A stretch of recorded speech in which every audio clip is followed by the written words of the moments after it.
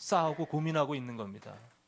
그런데 바로 이 자리에 계신 여러분들 중에 누군가가 그 잘못된 국정농단의 휘말림으로 인해서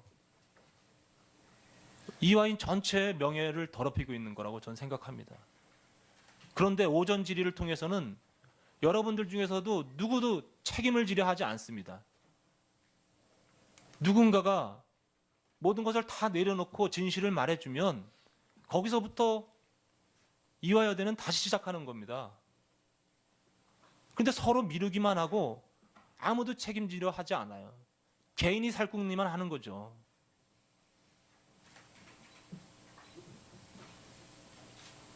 저는 이 자리에 계신 여러분들 중에서 누군가 아니면 그 면접에 참여했던 면접관 누구로부터 양심선언을 진심으로 듣기를 희망합니다. 그런 희망을 갖고 또 여러분들께 다시 한번 질문을 드려보겠습니다. 우리 김경숙 증인, 2014년에 정유라가 수시 전형에서 합격할 때 바로 그게 그때서부터 바뀐 전형 방식에 의해서 승마 종목이 포함됐던 거죠? 그렇죠? 승마 종목이 하여튼 그렇죠. 예, 네, 내가 오전에 됐습니다. 그런 취지로 질문을 드렸던 겁니다. 2013년입니다. 2014년이요? 예. 남궁공 입학처장님, 네. 오늘 답변 중에는 이 면접하는 그 장소에 대해서는 딱 선을 긋고 계세요. 그죠?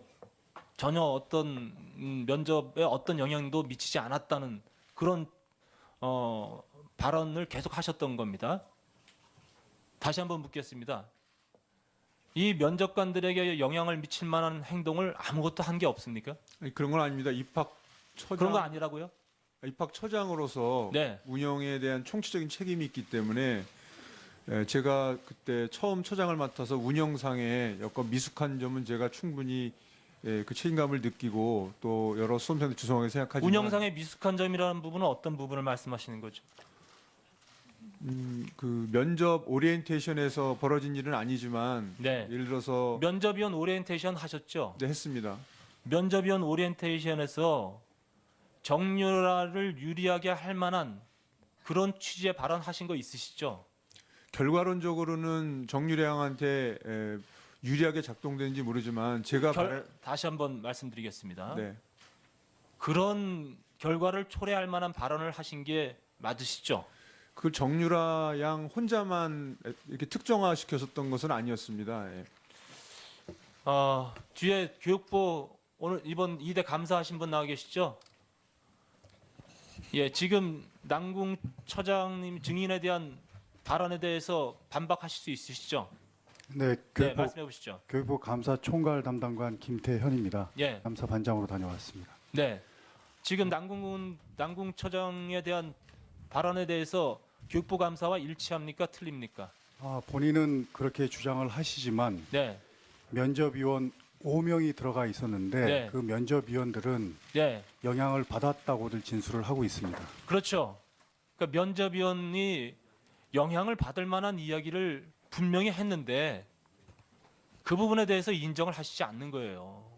예? 그럼 면접위원님들이 적어도 그러한 상관으로부터 아니면 입학처장으로부터 그저 어떤 언급도 듣지 못했는데 그거는 아무 말도 없는 상태에서 본인들이 영향을 받았다? 그러니까 지금 이 증언대로라면 아무도 영향을 주려 하지 않았는데 또 무슨 우주의 기운이 작용돼 가지고 된 거라고 이렇게 보는 겁니까? 아니잖아요. 그거에 대해서 좀 말씀드리겠습니다. 네. 그 처장이라는 것이 교수님들이 돌아가면서 하는 보직이기 때문에 교수들 사이에서 무슨 상하관계가 형성되어 있는 건 아니고요. 네. 그다음에 입학처장의 본연의 업무가 이런 특기자 전형뿐만 아니라 모든 전형에 면접 오시는 선생님들한테는 그 전형의 취지라든가 여러 가지 특이 사항을 말씀드리게 돼 있었습니다. 예, 그 저기 와중에 제가 남궁 처장님, 네네 증인, 남궁 증인이던 네. 남궁 증인이 원하지 않았던 바였지만 우리 김경숙 증인의 요청이 있었던 아니면 최경희 총장의 요청이 있었던 저는 분명히 이 부분에 있어서 어떤 의도가 잘못된 의도가 분명히 있었다고 보는 거예요. 예? 의원님, 그 제가 부분에 대해 누군 네, 의원님 여기 우리 국민들이 지켜보고 의원님이 지켜보시는 신성한 자리에서 확실하게 말씀드리지만 어떤 부당한 지시나 그다음에 어떤 청탁이나 이런 대가는 일체 없었습니다. 네, 분명히 말씀드리겠습니다. 예, 황영철 의원 수고 많았습니다. 다음은 정의당 윤소아 의원 신문하십시오. 네, 정의당의 윤소아입니다. 이번에 이것이 박근혜 대통령 탄핵 소추 의결서입니다. 이렇게 많습니다. 거기 적시된 사실이 그만큼 국정을 농단해 왔는데 최순실을 중심으로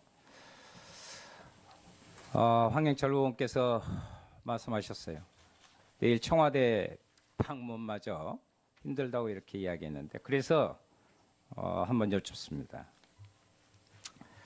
김종덕, 김상률 증인, 특히 김상률 증인은 차은택 씨가 이합 전에 와서 추천을 해서 됐다고 그렇게 이야기했습니다. 여기에 이 소추 사유 나항에 보면 최순실이 추천하거나 최순실 등을 비호하는 사람들의 명시가 되어 있습니다. 거기에는 차은택, 김종덕, 김상률, 윤전추 등등이 있는데 제가 제보를 받은 바에 의하면 그래서 나온 김에 말씀 듣고 사실 확인을 해야겠습니다. 이 윤전추 제2 부속실 행정관 지금 나오고 있지 않은데 2층이 대통령 집무실이죠. 그리고 1층이 과거에 보면 영부인 집무실은 아니지만 생활관이죠. 청와대 내에. 그렇죠? 구조가. 네, 2층이 집무실인 그렇죠? 건 제가 네, 알고 1층이 있습니다. 옛날에는 지금은 이제 필요가 없는데 네. 옛날엔 영부인이 사용하는 공간이 거기에 따른 이 부속실이 옛날에 배치돼 원래는 지금은 이제 또 바뀌었지만 거기에 관저와 거기는 지상으로만 이동하는 게 아니라 다른 경로가 또 있습니다. 그런데 거기에 윤전추 이 부속실 행정관이 트레이너 최순실 트레이너가 상급 행정관으로 가 있었죠. 그런데 여기에 1층 옛날에 영부인 그 공간에서 최순실 등이 관저와 이 1층에서 직무 아닌 직무를 보면서 각종 비서관들을 불러내고 해왔다는 그런 부분에 대해서 본 적이나 있습니까? 없습니다. 그런 정황을 전혀 모르십니까? 네, 전혀 모릅니다. 그런데 그러한 부분들에 대한 제보가 있다는 것을 말씀드리고 싶습니다. 다음에 윤전추 부분에 확인하도록 하겠습니다. 세계일보 사례에서 바라보듯이 박근혜, 최순실 그리고 김기춘 전 비서실 언론 장악, 언론 탄압은 집요했습니다. 김한균 참고인 그 MBC 시사교양국 PD 출신으로 지금 30년째 언론계에 몸담아 오셨는데 언론노조가 11월 21일 청와대가 공영방송 사장 선임에 개입한 비망록이 드러난 것에 대해서 박 대통령 그리고 김기춘 비서실장, 김성우 전 홍보수석 비서관, 최성중 방통위원장 등을 언론통제 직권남용 혐의로 검찰에 고발했죠? 네. 고발의 핵심 내용이 뭐죠? 김영한 전 민정수석의 비망록에 나오는 내용입니다만은 2014년 KBS 사장이 바뀌는 과정에서 청와대가 지속적으로 KBS를 감시, 사찰이라는 표현이 어떨지 모르겠습니다만은 그런 기록을 해옵니다. 그러다가 청와대가 원하지 않는 사장 조대현 사장이 선임이 되자 우파 성향의 우파 이사들의 성향을 조사하라 하는 지시가 기록이 돼 있고요. 그다음에 결국 이길영 사장을 사퇴시킵니다. 거기에 방통위원장 최성준 방통위원장이 동원이 되고요. 근데 그런 것들을 문제 삼아서 고발을 한 겁니다. 2015년 12월 고대영 사장이 선임되는 과정에서 청와대 개입이 있었어요? 그런 의혹이 제기됐었습니다. 예. 지금 제가 들고 있는 것이 국민감사청구위원회 심사결정 통보서인데요. 여기에 보면 이인호 KBS 이사장이 KBS 사장 임명 관련하여 김성우 청와대 홍보수석의 의견을 청취했다고 하는 부분이 사실로 드러납니다. 공영방송의 사장을 임명하면서 청와대와 의견을 교환한 것이 사실이라는 입증입니다. 지난 11월 7일 MBC 보도국 게시판 뉴스계에서는 보도국장의 퇴진으로 시작합니다. 글이 올라왔는데 알고 계시나요? 네. 그 이후에도 여러 건이 올라왔고요. 지금까지 한 30건이 올라온 것으로 알고 있습니다. 자괴감이 좀 느껴지시겠네요. 예. 30년 동안 몸담아온 사람으로서 예. 그렇습니다. 촛불광장에서 MBC는 쫓겨나는 수모를 겪기도 했는데 MBC가 이렇게 된 핵심적인 이유가 뭐라고 생각하십니까? 결국 청와대가 임명한 사장, 경영진들이 다 언론인으로서 자존심을 가지고 언론의 원칙을 지키려고 한 기자 PD들 전부 다 내쫓았습니다. 예. 그리고 정부 비판 기사들을 전부 다 막았고요. 그런 것이 국민들의 분노로 이어졌다고 생각을 합니다. 박근혜 정부의 다른 언론 장악 탄압 사례 이 부분 간단히 좀. 비망록에 나오는 얘기입니다만은 대통령이 직접 이야기를 합니다. 세계일보뿐만 아니라 시사저널, 일요신문 본때 보여야 된다, 발본색원해야 된다는 얘기가 있고요. 그 이후로 구체적으로 진행됐다고 생각을 합니다. 네. 그리고 어제 나온 이야기입니다만은 최근 들어서 SBS에서 그것이 알고 싶다에서 대통령이 7시간에 대해서 방송하기 직전 허원재 전 정무수석이 현 정무수석이죠. SBS에 집요하게 접촉하려 했다. SBS에서는 그것이 알고 싶다를 방송을 막으려 했던 거 아닌가 하는 의혹을 가지고 있습니다. 네.